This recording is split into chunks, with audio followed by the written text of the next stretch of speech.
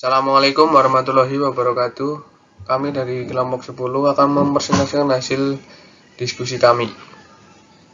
Dengan saya sendiri, Danang Fakih Indra, NIM 002, Hanifah Alia Cendikia, NIM 016, Haura Gadsia Syarka Yasi, NIM 023. Arti gramatikal yang didukung proses pengulangan.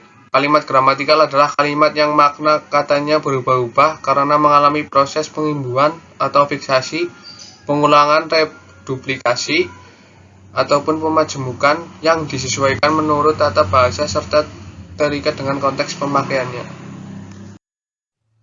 Contoh kalimat gramatikal: minuman, minum-minum, peminum, atau makna gramatikal. Contoh: polisi menyita beberapa peti minuman keras dari dalam toko itu. Pagi, siang, malam kerjanya hanya duduk dan minum-minum saja. Seluruh orang di kampung ini tahu kalau ia seorang peminum. 2. Contoh perubahan makna gramatikal dengan reduplikasi atau pengulangan. Salah satu cara pembentukan makna pada makna gramatikal adalah reduplikasi. Cara ini merupakan cara merubah kata dan maknanya dengan membuat kata tersebut menjadi kata ulang. Untuk lebih mengetahui proses perubahan makna ini, berikut ditampilkan beberapa contoh perubahan makna gramatikal dengan cara reduplikasi yang tertera sebagaimana berikut ini.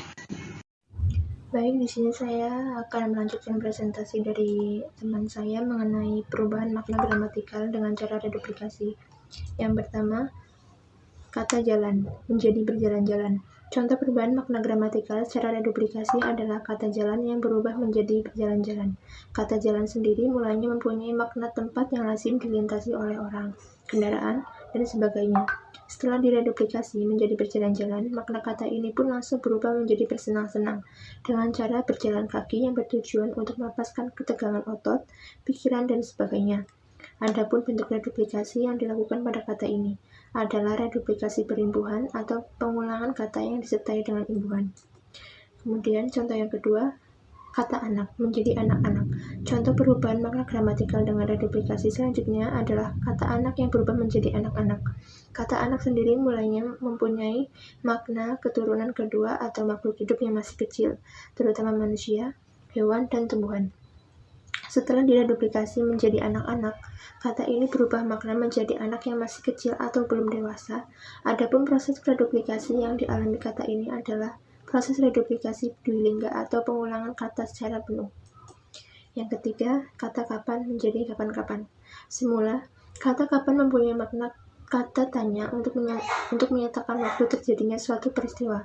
Setelah direduplikasi menjadi kapan-kapan, makna kata ini pun lantas menjadi sewaktu-waktu, sembarang waktu, atau kapan saja.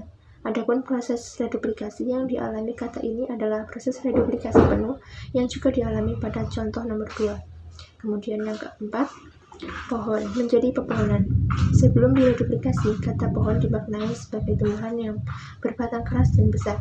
Setelah direduplikasi, makna kata ini pun otomatis berubah menjadi kelompok dari jenis-jenis pohon.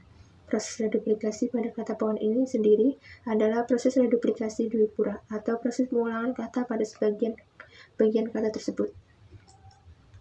Kemudian yang kelima yaitu sayur menjadi sayur mayur.